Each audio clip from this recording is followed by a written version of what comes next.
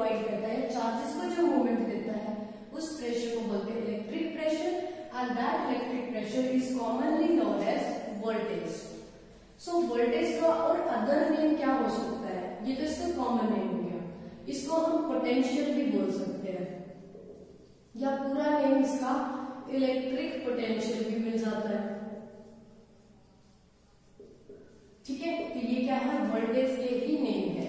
तो अब potential electric potential है, वोल्टेज रियल में होता क्या है। सपोज कीजिए क्या है हमारे पास, जैसे हमने पढ़ा, ये हमारे पास कोई मटेरियल प्रेजेंट है, इस मटेरियल के अंदर क्या है, बहुत सारे इलेक्ट्रॉन्स प्रेजेंट हैं। हर एक मटेरियल में होते हैं कि हर एक मटेरियल किससे मिलकर बना होता है, नंबर ऑफ एटम्स से मिलकर बना होता है, और एटम्स के अंदर क्या होते हैं, इलेक्ट्रॉन्स प्रेजेंट होते हैं। सो बैलेंस इलेक्ट्रॉन्स ही क्या होते हैं, पहली चीज आपको याद रखनी, जब करंट के फ्लो में जो काम आते हैं वो सिर्फ बैलेंस इलेक्ट्रॉन्स होते हैं, बैलेंस इलेक्ट्रॉन्स ही करंट प्रोड्यूस कराते हैं। तो इसके अंदर ये मान लीजिए हमारे पास बहुत सारे चार्ज पार्टिकल्स हैं, हमें इनको फ्लो कराना है, और फ्लो कराने क्या चाहिए, करंट चाहिए, जैसे हमने पिछले चैप्टर में बात की थी। तो फ्लो होने के लिए इनको क्या चाहिए, एक एक्स्ट्रा प्रेशर की जरूरत होती है। वो एक्स्ट्रा प्रेशर हम क्या करते हैं, इस वोल्टेज के थ्रू देते हैं। तो क्या क्या हमने जैसे यहाँ पे ये इलेक्ट्रिक प्रेशर लगाया, एक सोर्स लगाया वोल्टेज का या प्रेशर का, तो इसने किया क्या, इसके जो ये पॉजिटिव चार्ज पार्टिकल्स थे, इन्होंने इन नेगेटिव जो नेगेटिव चार्जेस थे इलेक्ट्रॉन्स, ठीक है, इन इलेक्ट्रॉन्स को इन्होंने अपनी तरफ अट्रैक्ट करना शुरू कर दिया। इस नेगेटिव पार्टिकल्स ने क्या किया, इनको रिपेल करना शुरू कर दिया। नेगेटिव टर्मिनल था ना, नेगेटिव ये नेगेटिव ये, यहाँ से इन्होंने रिपेल किया तो ये दूर गए, और इधर इसने क्या कर लिया, अट्रैक्ट कर लिया। ठीक है, तो ये इस तरह से मूव करते रहे। इस पार्टिकल से जब इस मटेरियल से जो चार्ज पार्टिकल्स है वो इस तरह से मूव करने लग गए, तो उसी चीज को हमने क्या बोला था पिछली बार, करंट। तो किया क्या, इसने एक टाइप का प्रेशर इनके ऊपर डाला, चाहे फोर्स ऑफ अट्रैक्शन से डाला, चाहे रिपल्शन से डाला। तो डाला क्या, एक फोर्स डाला, एक प्रेशर एक्सर्ट किया इनके ऊपर। ठीक है, उस प्रेशर की वजह से आगे फॉरवर्ड मूवमेंट करनी इन्होंने शुरू कर दी। उसी चीज को हमने क्या नाम दिया, वोल्टेज। अब कॉमनली समझे तो कैसे होगा, सपोज कीजिए मेरे पास कोई चार्ज पार्टिकल है, ये मेरे पास कोई बड़ा सा चार्ज है, तो इसे बिगर चार्ज को हम सोर्स चार्ज बोल सकते हैं। ठीक है, ये मेरे पास एक बड़ा सा सोर्स चार्ज है जिसका इस तरह से इलेक्ट्रिक फील्ड है, इसके चारों तरफ। ये क्या है, इसका इलेक्ट्रिक फील्ड है पूरा का पूरा, यहाँ तक इसका इलेक्ट्रिक फील्ड है। यहाँ पे कोई चार्ज प्रेजेंट है, दैट इज चार्ज Q। हमें क्या करना है, इस चार्ज को मूव करवाएंगे हम इस फील्ड तक। ठीक है, इस तरह से ये फील्ड हमने बड़ा कंसीडर कर लिया, कितना भी बड़ा फील्ड आप कंसीडर कर सकते हो। एक चार्ज पार्टिकल को इस इलेक्ट्रिक फील्ड के अंदर एक पॉइंट से, चाहे आप इधर ले जाओ चाहे आप इधर ले जाओ, एक पॉइंट से दूसरे पॉइंट पे मूव कराएंगे। मूव कराने से क्या होगा, वर्क डन होगा, क्योंकि हमने फिजिक्स में पढ़ा है कि जब एक बॉडी एक जगह से दूसरी जगह पे जाते हैं तो वो क्या करते हैं, डिस्प्लेसमेंट। और जब कोई बॉडी डिस्प्लेस हो रही है तो वो क्या करती है, वर्क डन करती है। ठीक है, एक जगह बैठे बैठे कितना भी हार्ड वर्क करते रहो, हमारा जो वर्क डन होता है साइंस के फॉर्म में वो क्या हो जाता है, जीरो। तो इस चार्ज पार्टिकल को इस इलेक्ट्रिक फील्ड के अंदर जब हमने एक पॉइंट से दूसरे पॉइंट पे मूव किया तो इसने क्या किया, वर्क डन किया। ठीक है, और ये जो वर्क डन है ना, यही वर्क डन किस फॉर्म में स्टोर हो जाता है, वोल्टेज की फॉर्म में स्टोर हो जाता है। जितना काम किया उतनी वोल्टेज बढ़ेगी, नेक्स्ट जितना काम करेंगे उतनी क्या हो जाएगी, वोल्टेज हो जाएगी। ऐसे जैसे हमने इस पीस में किया था, इस पीस में क्या था, चार्ज पार्टिकल थे, कहां तक मूव कर रहे थे, जहां तक इस सोर्स का इफेक्ट था। ये इस वायर से बाहर क्यों नहीं गए, इधर से भी बाहर नहीं गए, क्यों नहीं गए, क्योंकि फील्ड का इफेक्ट इस तरफ था। तो इलेक्ट्रिक फील्ड के इफेक्ट के अंदर ही वो फ्लो करते हैं, और ये इफेक्ट इसने प्रोड्यूस किया था। ठीक है, तो मूवमेंट होती है चार्ज पार्टिकल की एक पॉइंट से दूसरे पॉइंट पे, किसके अंदर, with in an electric field. जहां तक फील्ड है वहीं पे मूवमेंट होगी, और उस मूवमेंट की वजह से क्या होगा, वर्क डन, और वो वर्क डन किस फॉर्म में स्टोर हो जाएगा, वोल्टेज की फॉर्म में स्टोर हो जाएगा। इसी चीज को वोल्टेज बोलते हैं, इसी को पोटेंशियल, और इसी को क्या बोलते हैं, इलेक्ट्रिक पोटेंशियल होता है। ठीक है, अब अगर हम डेफिनेशन बनाए तो क्या बनेगी, अगर किसी को कुछ भी याद नहीं रहता तो सिर्फ इतना तो जरूर याद रखना, ये क्या है, इलेक्ट्रिक प्रेशर है जो चार्ज पार्टिकल्स पे प्रेशर एक्सर्ट होता है, उसकी वजह से चार्ज पार्टिकल क्या करते हैं, एक पॉइंट से दूसरे पॉइंट पे मूव करना शुरू कर देते हैं। ठीक है, सो ये वोल्टेज क्या है, वर्क डन। वोल्टेज एक वर्क डन है इन ब्रिंगिंग लाने में किसको, ए चार्ज, किसी चार्ज को कहां से, from one point two another point, एक पॉइंट से दूसरे पॉइंट तक चार्ज को जो लेके आए, उस चार्ज को एक पॉइंट से दूसरे पॉइंट पे लाने में क्या हुआ, वर्क डन हुआ, वही वोल्टेज है। बट कंडीशन क्या है, ये चार्ज पार्टिकल मूव करेगा with in an electric field, electric field के अंदर ही ये चार्ज पार्टिकल मूव करेगा। अगर फील्ड नहीं है तो चार्ज पार्टिकल भी मूव नहीं कर रहा है, ठीक है, ये कंडीशन आ गई। अब इस कंडीशन से हमने क्या निकालनी है, फॉर्मूला निकालना है।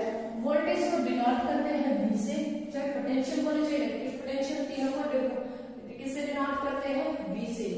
यहाँ देखिए एक टर्म आ रही है वर्क डन हुआ, किसकी वजह से हुआ, चार्ज की वजह से हुआ, ठीक है। तो वोल्टेज क्या होगी, वर्क डन अपॉन में चार्ज।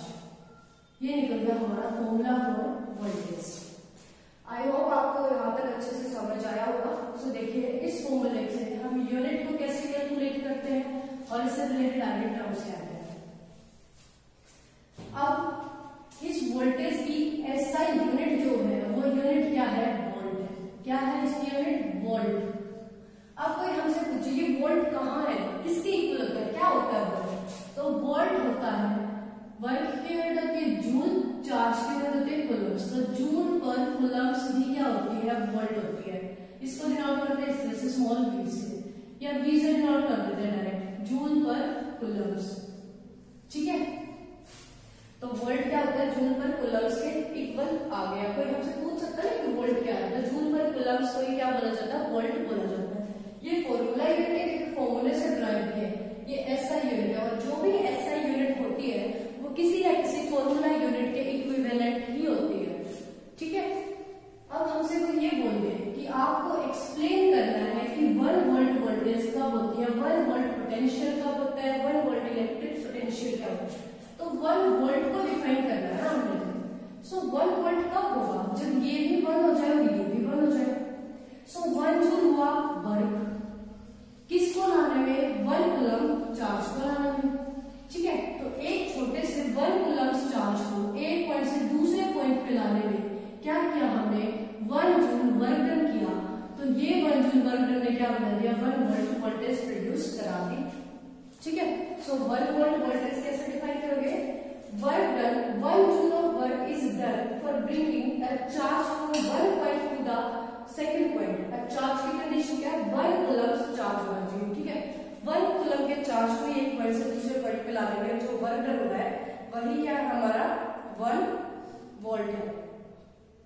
अब हमने बात की है जैसे कि जब एम्पियर जो यूनिट थी वो करंट की थी, तो उसके मीटर का नाम क्या था, एम्पियर मीटर। यहाँ पर वोल्टेज की यूनिट क्या है, वोल्ट है, तो वोल्टेज के मीटर का नाम भी क्या होगा, वोल्ट मीटर। क्या होगा, वोल्ट मीटर। याद रखना वोल्टेज के लिए जो मेजरिंग डिवाइस हम यूज करेंगे वो मेजरिंग डिवाइस क्या होगा हमारा, वोल्ट मीटर, वोल्ट मीटर।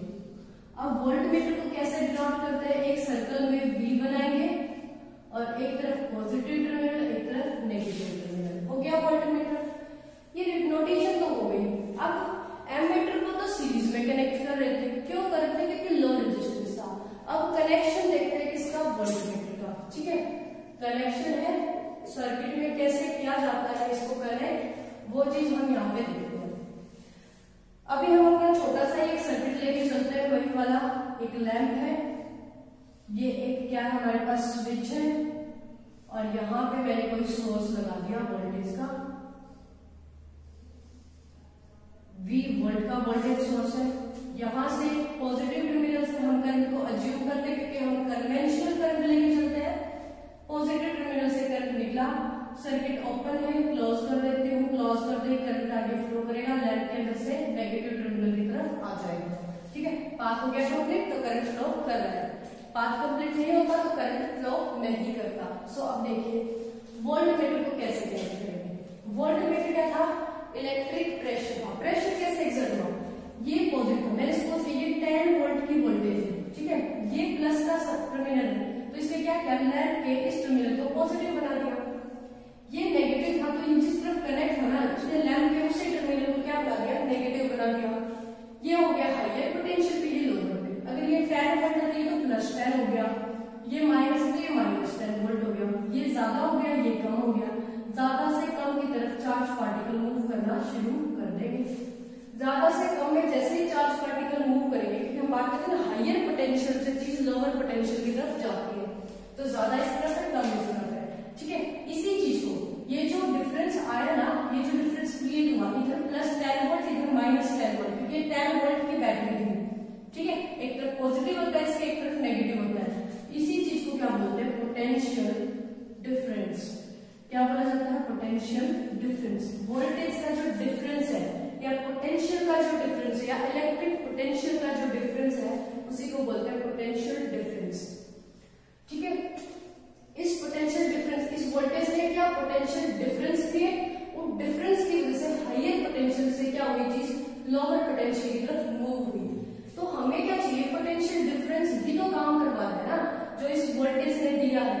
इसी चीज को मेजर करना है हमने, तो मेजर कैसे हो रहा है, ये एक तरफ पॉजिटिव है, एक तरफ नेगेटिव है।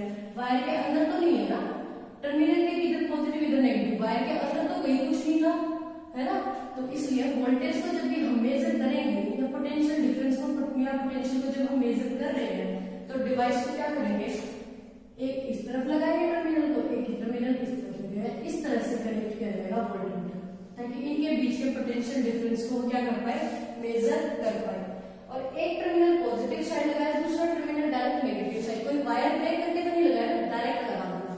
तो इस तरह के कनेक्शन को क्या बोलते हैं, पैरेलल कनेक्शन। ये हमारा क्या हो गया, पैरेलल कनेक्शन हो गया, ठीक है। अब पैरेलल में क्यों कनेक्ट किया, रीजन होती है हाई रेजिस्टेंस की वजह से। क्या होती है, हाई रेजिस्टेंस की वजह से क्या किया है, पैरेलल में कनेक्ट किया है।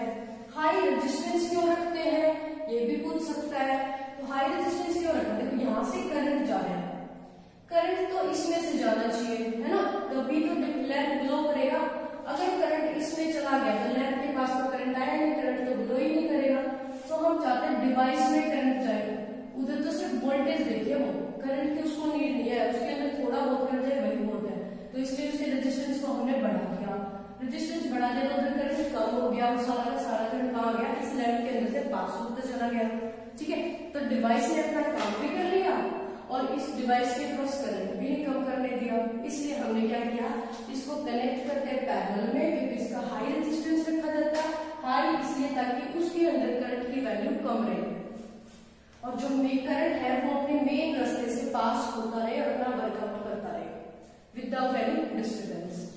आई होप आपको यहाँ तक समझ आया होगा। चलिए आगे बात करते हैं किसकी, ईएमएफ की। पोटेंशियल डिफरेंस हमारा हो गया है। अब देखिए बात की हमने वोल्टेज की, वोल्टेज की यूनिट थी वोल्ट, तो उसी ने तो पोटेंशियल डिफरेंस क्रिएट किया है ना, तो इसकी भी यूनिट क्या रहेगी, वोल्ट रहेगी। और ये भी इसी वोल्टमीटर की हेल्प से मेजर किया जाता है। देखिए यहाँ पे पोटेंशियल डिफरेंस को जो मेजर कर रहे हैं, तो पोटेंशियल डिफरेंस की यूनिट भी वही होती है और इसका काम भी वही होता है, बस थोड़ी सी डेफिनेशन अलग हो जाती है। क्या कि पोटेंशियल, दो पॉइंट के बीच में जो वोल्टेज का डिफरेंस होता है ना, उस डिफरेंस को बोलते हैं पोटेंशियल डिफरेंस।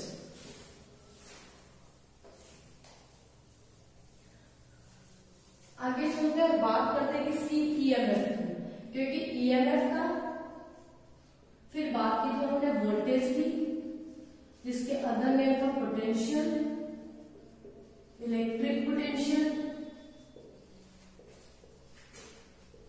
और सेम काम कौन कर रहा था, वर्क में बात करें तो पोटेंशियल डिफरेंस भी वही काम कर रहा था, ठीक है। तो ये सब सेम काम करते हैं, वही काम आपका ईएमएफ करता है। तो ईएमएफ होता क्या है, इसको इस तरह से भी लिखा मिल जाता है शॉर्ट में, ईएमएफ, ठीक है।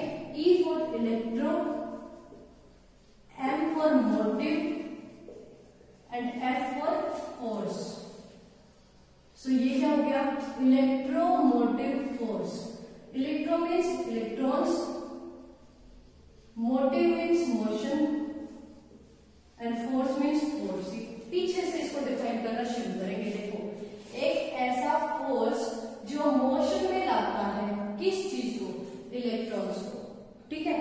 जिस फोर्स की वजह से इलेक्ट्रॉन्स क्या करते हैं, मोशन में आते हैं, और इलेक्ट्रॉन्स मोशन में आने मतलब फ्लो करके करंट मिल गया, है उन सब ने भी क्या किया, करंट ही तो दिया था। तो एक ऐसा फोर्स जिसकी वजह से इलेक्ट्रॉन्स मोशन में आके फ्लो करना शुरू कर दिया, ऐसे फोर्स को हम क्या बोलते हैं, ईएमएफ। ठीक है, और हर एक बैटरी एक ईएमएफ का सोर्स होता है, मतलब एक ऐसे फोर्स का सोर्स होता है जिसकी वजह से इलेक्ट्रॉन्स क्या होते हैं, मोशन में आते हैं। उसी चीज को हम क्या बोलते हैं, सेल या बैटरी। ठीक है, तो आपसे कोई पूछ रहे सेल क्या है, तो सेल क्या है हमारे पास अभी, source of EMF, source of EMF. और जब एक सेल ईएमएफ का सोर्स है तो कॉम्बिनेशन ऑफ सेल ही क्या कहलाता है, कॉम्बिनेशन ऑफ सेल्स, इन बहुत सारी सेल्स जो हम सीरीज या पैरेलल में कनेक्ट कर देते हैं, इनको ही क्या बोला जाता है, बैटरी। सो बैटरी भी क्या है, ईएमएफ का सोर्स हुआ कि नहीं हुआ, इनडायरेक्टली हो गया ना, क्योंकि सेल से मिलके बना, सेल ऑलरेडी ईएमएफ का सोर्स है, एक ऐसे फोर्स का सोर्स है जिसने इलेक्ट्रॉन्स को मोशन में ला दिया है।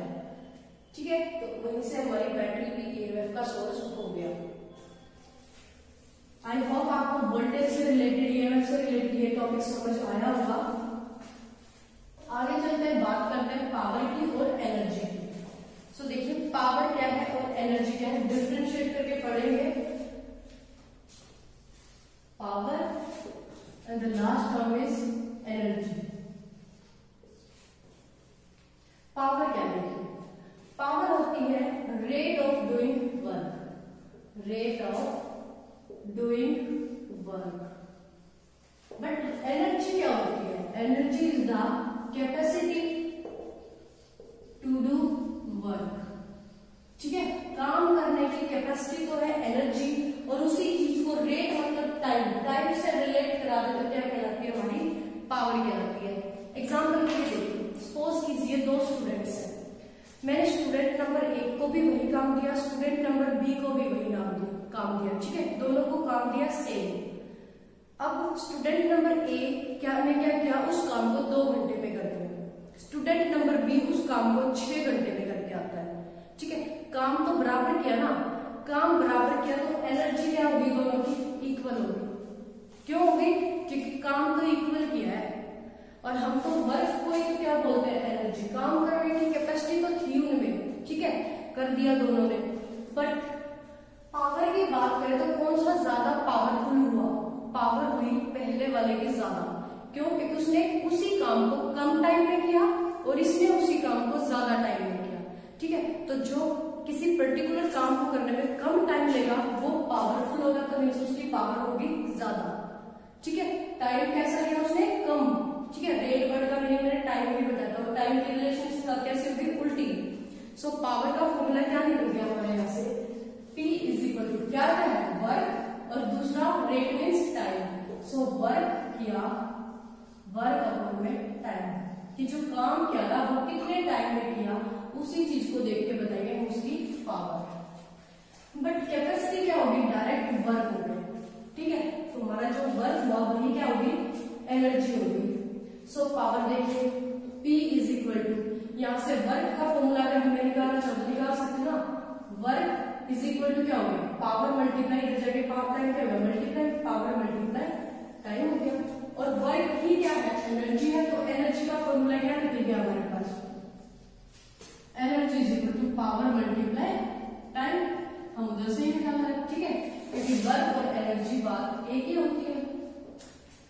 अब यहां से देखिए, जब बात करते हैं ना इलेक्ट्रिक फील्ड में आगे, तो इलेक्ट्रिक फील्ड में हमारा काम कब हुआ, काम हुआ जब चार्जेस ने फ्लो किया। चार्जेस ने फ्लो कब किया, जब पीछे से एक प्रेशर लगाया, और इस प्रेशर को हमने क्या नाम दिया था, वोल्टेज V से डिनोट किया। चार्ज मोशन में आगे तो क्या दिया इन्होंने, करंट। तो पावर क्या होगी, इन दोनों का प्रोडक्ट। पावर तो इनकी तभी शो हुई ना जब हमने प्रेशर लगाया, प्रेशर की वजह से क्या हुआ, करंट फ्लो कर गया। ठीक है, तो इन दोनों के प्रोडक्ट को क्या बोलते हैं, power. So P is equal to क्या होती है इलेक्ट्रिक फील्ड में, V into I, V into I।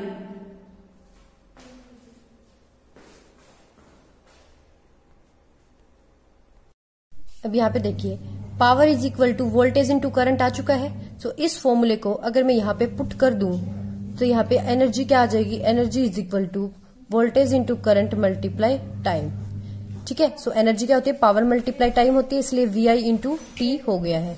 ये था हमारे पावर का फॉर्मूला और ये आ गया एनर्जी का फॉर्मूला। अब पावर की यूनिट क्या होगी, unit of power. So power की यूनिट देखिए, वोल्टेज की यूनिट क्या होती है, वोल्ट, और यहाँ पे क्या है करंट, मल्टीप्लाई में करंट की यूनिट क्या होती है, एम्पियर। सो इसकी एक फॉर्मूला यूनिट हमारे पास क्या निकल गई, volt ampere.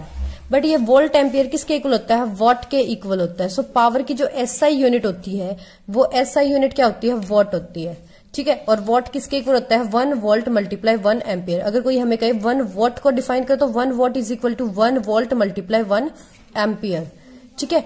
1 volt potential difference है, 1 एम्पियर जब करंट फ्लो कर जाता है तो उसे क्या बोलते हैं, 1 वॉट पावर बोलते हैं। इसी की अगर बड़ी यूनिट ले तो बड़ी यूनिट क्या हो जाती है, किलोवाट। लेकिन याद रखना है एसआई जो यूनिट होती है, स्टैंडर्ड जो यूनिट रहती है वो क्या रहती है, वॉट रहती है। फॉर्मूला यूनिट होती है वोल्ट एम्पियर, क्योंकि वोल्टेज वोल्ट में मेजर होती है, करंट एम्पियर में मेजर होता है। अब यहां से निकालते हैं एनर्जी की यूनिट। सो एनर्जी क्या है, ये वॉट मल्टीप्लाई टाइम की यूनिट क्या हो जाएगी, सेकंड। सो एनर्जी क्या हो गई, इस पूरी की यूनिट क्या मानी हमने, वॉट, इसकी स्टैंडर्ड यूनिट मल्टीप्लाई टाइम की यूनिट क्या होती है, सेकंड। सो एनर्जी की यूनिट होगी वॉट सेकंड। अगर वॉट को क्या बड़ी यूनिट में लिखे तो क्या हो जाएगी, किलोवाट। फिर टाइम जो है वो सेकंड में ना होकर किस में आएगा, आवर्स में। सो किलोवाट आवर्स, ये क्या होती है, हमारी स्टैंडर्ड कमर्शियल यूनिट होती है। इसको हम क्या बोलते हैं, एनर्जी की कमर्शियल यूनिट, ठीक है। सो पेपर में 1 नंबर के क्वेश्चन में पूछ लेते हैं कि what right the commercial unit of energy. तो एनर्जी की जो कमर्शियल यूनिट है, कमर्शियल यूनिट मतलब जैसे आपके घर में एनर्जी मीटर लगा है, शॉप्स में लगा है, इंडस्ट्रीज में लगा है, तो वहां पर एनर्जी किस वे में मेजर की जाती है, वहां पर एनर्जी किलोवाट आवर्स की फॉर्म में मेजर की जाती है। लेकिन अब हमने जब बात की थी कि एनर्जी और वर्क डन की, सो वर्क डन और एनर्जी क्या होती है, इक्विवेलेंट क्वांटिटी होती है। सो यहां से जो एनर्जी की यूनिट आती है वो होती है जूल, ठीक है। सो एसआई यूनिट, नोट में आप में इस चीज को याद रखिए, एसआई यूनिट की बात करें, ठीक है, एसआई यूनिट ऑफ एनर्जी की बात करें तो एनर्जी की यूनिट क्या हो जाएगी हमारी, जूल। क्या हो जाएगी, जूल, क्योंकि ये फिजिक्स की फॉर्म में है। लेकिन जब इलेक्ट्रिकल में इलेक्ट्रिसिटी की फॉर्म में इस चीज को कन्वर्ट करते हैं तो इलेक्ट्रिसिटी में इसी कौन सी यूनिट यूज की जाती है, इलेक्ट्रिसिटी की फॉर्म में कमर्शियल यूनिट यूज करते हैं। सो कमर्शियल यूनिट ऑफ एनर्जी क्या होती है, कमर्शियल यूनिट ऑफ एनर्जी क्या रहेगी हमारी, किलोवाट आवर्स, ठीक है, किलोवाट आवर्स। मल्टीप्लाई में होगा, डिवाइड में कुछ नहीं होगा। आई होप यहां तक समझ आया होगा। अब मीटर की बात करते हैं। सो पावर की यूनिट क्या थी, वॉट थी। तो पावर को मेजर करने के लिए जो मीटर यूज करेंगे वो क्या हो जाएगा, वॉट मीटर। वॉट मीटर हम यूज करेंगे पावर की मेजरमेंट के लिए, ठीक है। अब जो पावर है वो 2 चीजों का कॉम्बिनेशन है, वोल्टेज और करंट का। सो जो वॉट मीटर है इसमें एक पोटेंशियल कॉइल होगी जो वोल्टेज को मेजर करेगी, एक करंट कॉइल होगी जो करंट को मेजर करेगी, ठीक है। करंट को मेजर करने के लिए जो करंट कॉइल है वो सीरीज में लगेगी और जो वोल्टेज है यहाँ पे इस वोल्टेज को मेजर करने के लिए पोटेंशियल कॉइल पैरेलल में लगेगी, ठीक है। सो करंट की मेजर के लिए क्या होगी, करंट कॉइल होगी। वोल्टेज की मेजरमेंट के लिए क्या होगी, पोटेंशियल कॉइल होगी। ये लगेगी पैरेलल में और ये वाली लगेगी सीरीज में, और दोनों का प्रोडक्ट मिलके हमें वहां पे पावर मिल जाएगी। एनर्जी की मेजरमेंट के लिए जो मीटर हम यूज करते हैं, तो एनर्जी मेजरमेंट के लिए मीटर यूज होता है एनर्जी मीटर, ठीक है। ये हमने हर सभी ने अपने घरों में देखा है, जो एंट्री टाइम पे लगा दिया जाता है, ठीक है। यहाँ पर सप्लाई देने के बाद ही पूरे घर की वायरिंग की जाती है। सो एनर्जी की मेजरमेंट के लिए होता है एनर्जी मीटर, ठीक है। और ये जो यूनिट देता है, यहाँ पर हम क्या देखते हैं, आपने सुना होगा कि 30 यूनिट्स आ गई है, 40 यूनिट्स आ गई है, लेकिन हमने बात की है कि एनर्जी तो किलोवाट आवर्स में मेजर होती है। तो याद रखना, अगर आपने 30 किलोवाट एनर्जी 1 आवर में यूज कर ली तो 30 किलोवाट आवर्स हो गई एनर्जी, तो ये किसके इक्वल हो जाएगा, 30 यूनिट के इक्वल हो जाएगा। So unit in the sense, unit means kilowatt hours ही है, ठीक है। तो 1 यूनिट किसके इक्वल होता है, 1 किलोवाट आवर्स के इक्वल होता है। ये चीज भी याद रखना, जितने किलोवाट आवर्स एनर्जी कंज्यूम होगी उतनी ही यूनिट हमारा मीटर शो करता है। अगर हमने 100 किलोवाट आवर्स एनर्जी कंज्यूम कर लिया, इट मीन्स कितनी यूनिट निकल चुकी है, 100 यूनिट निकल चुकी है। एग्जाम्पल के लिए एक क्वेश्चन लेते हैं, क्वेश्चन नंबर 1। सपोज कीजिए हमारे पास क्या है, कोई हीटिंग कॉइल है, कोई हीटर है, और ये हीटर क्या करता है, 2 आवर्स डेली ऑपरेट करता है, ठीक है। इसे हम क्या करते हैं, डेली 2 आवर्स के लिए ऑपरेट करते हैं। ये जो हीटर है इसकी जो वोल्टेज है वो है 1500 वोल्ट। अब यहाँ पे पावर डायरेक्ट गिवन है, जरूरी नहीं है पावर डायरेक्ट गिवन हो, वो ये भी बोल सकता है कि इस हीटर को ना के अंदर से 20 एम्पियर करंट फ्लो करता है। कितनी सप्लाई के साथ? 440 वोल्ट की सप्लाई के साथ। ठीक है, 440 वोल्ट के साथ जब इसको कनेक्ट करते हैं तो 20 एम्पियर इसमें करंट फ्लो करता है और डेली हम इसको 2 घंटे के लिए ऑपरेट करते रहते हैं। सो अब हमसे कोई ये पूछ ले फाइंड एनर्जी, तो इसकी एनर्जी बताओ और साथ में ये भी कह दे अगर इफ जो एनर्जी का चार्ज है, ठीक है, एनर्जी का 1 यूनिट का जो चार्ज है वो 1 यूनिट का चार्ज कितना है? 3 रुपीज है। सो फिर बिल कैलकुलेट कीजिए। ठीक है, इस तरीके से। तो सबसे पहले देखिए वोल्टेज गिवन है, करंट गिवन है, हमें क्या निकालनी है? एनर्जी। हमें क्या पता है एनर्जी क्या होती है? पावर मल्टीप्लाई टाइम, और पावर क्या होती है? वी आई इंटू, ठीक है, वी इंटू आई। अब ये होगी पावर, इस पावर को मल्टीप्लाई कर दिया टाइम से तो क्या निकल गई? एनर्जी। सिर्फ पावर निकालनी है तो वोल्टेज मल्टीप्लाई करंट कर देंगे और एनर्जी निकालनी है तो फिर टाइम से भी मल्टीप्लाई कर देंगे। सो यहां से क्या आ गया हमारे पास? V वोल्ट, कितने वोल्ट है? 440 वोल्ट है। I करंट, करंट कितना था? 20 एम्पियर, मल्टीप्लाई टाइम कितना है? 2 आवर्स। इनकी मल्टीप्लाई करेंगे कितना आ गया? 44 की 2 से मल्टीप्लाई 88 और 88 की 2 से मल्टीप्लाई करेंगे तो 8 2 जा 16 1, 8 2 जा 16 1 17 17600। ठीक है, इतने क्या आ गई हमारे पास? वोट आ गई या किलोवाट आ गई? ठीक है, यहां से देखिए एम्पियर में था तो ये क्या आ जाएगी? किलोवाट आवर्स आ गई। इतने किलोवाट आवर्स हमारी क्या होगी? एनर्जी। हमेशा याद रखना अगर ये वोट सेकंड में आ रही है तो फिर इसको किलोवाट आवर्स में आपको कन्वर्ट करना पड़ेगा। ठीक है, किलोवाट आवर्स में कन्वर्ट करके आप उसको क्या बना सकते हो? यूनिट बना सकते हो। अब जितने किलोवाट आवर्स है उतनी क्या होंगी? यूनिट होंगी। तो यहाँ पे किलोवाट आवर्स कितने हैं? 17600, तो यूनिट्स भी क्या होगी? 17600 यूनिट्स हो गई। अब जितनी यूनिट है ना उसी के हिसाब से हम क्या करेंगे? बिल कैलकुलेट करेंगे। तो कितने रुपए के हिसाब से था? 1 यूनिट 3 रुपए में, तो जितनी यूनिट है उसकी 3 से मल्टीप्लाई कर दो, टोटल बिल आ गया। इस तरह से हम क्या कर सकते हैं? बिल को कैलकुलेट कर सकते हैं। पहले हमें चाहिए पावर, अगर हमारे पास पावर है तो हम क्या कर सकते हैं? उसको टाइम से मल्टीप्लाई करके एनर्जी निकाल सकते हैं। एनर्जी जो एक एनर्जी निकली हमारी वो किलोवाट आवर्स में होनी चाहिए। जितने किलोवाट आवर्स एनर्जी होगी उतनी ही यूनिट हो जाएगी और जितनी यूनिट के रुपीज गिवन है फिर उसको उतने से मल्टीप्लाई कर दो, टोटल बिल कैलकुलेट हो जाएगा। ये तो था एनर्जी और पावर का सिंपल फॉर्मूला। आगे इसको मॉडिफाई करेंगे जब हम ओम्स लॉ को पढ़ेंगे तो। ठीक है, फिलहाल के लिए आपने याद रखना है P = VI है और एनर्जी क्या है? VI × T है। ठीक है, VI × T है या फिर पावर × टाइम है। ठीक है, ये फॉर्मूलाज आपने याद रखने हैं। चलिए मूव करते हैं नेक्स्ट स्टेप की ओर। अभी हमने बात की कि एनर्जी की 2 यूनिट है। पहली यूनिट है कमर्शियल यूनिट और सेकंड यूनिट थी हमारी standard unit SI unit. SI unit थी एनर्जी की जूल और कमर्शियल यूनिट थी किलोवाट आवर्स। अब कोई हमसे पूछे कि कितने किलोवाट 1 किलोवाट आवर्स में कितने जूल होते हैं? ठीक है, 1 किलोवाट आवर्स में कितने जूल होते हैं तो हमें ये कैलकुलेट करना। तो कैसे करेंगे? सो देखिए पहली चीज आपने क्या याद रखनी, जो जूल होती है ना ये वॉट सेकंड के इक्वल होता है। किसके इक्वल होता है? Watt second. So joule is equal to क्या होता है? वॉट सेकंड होता है। किलोवाट आवर्स को वॉट सेकंड में कन्वर्ट कर दे, जितने वॉट सेकंड होंगे उतने क्या हो जाएंगे? जूल हो जाएगा। तो किलो वॉट में क्या होते हैं? 1000 वॉट होता है।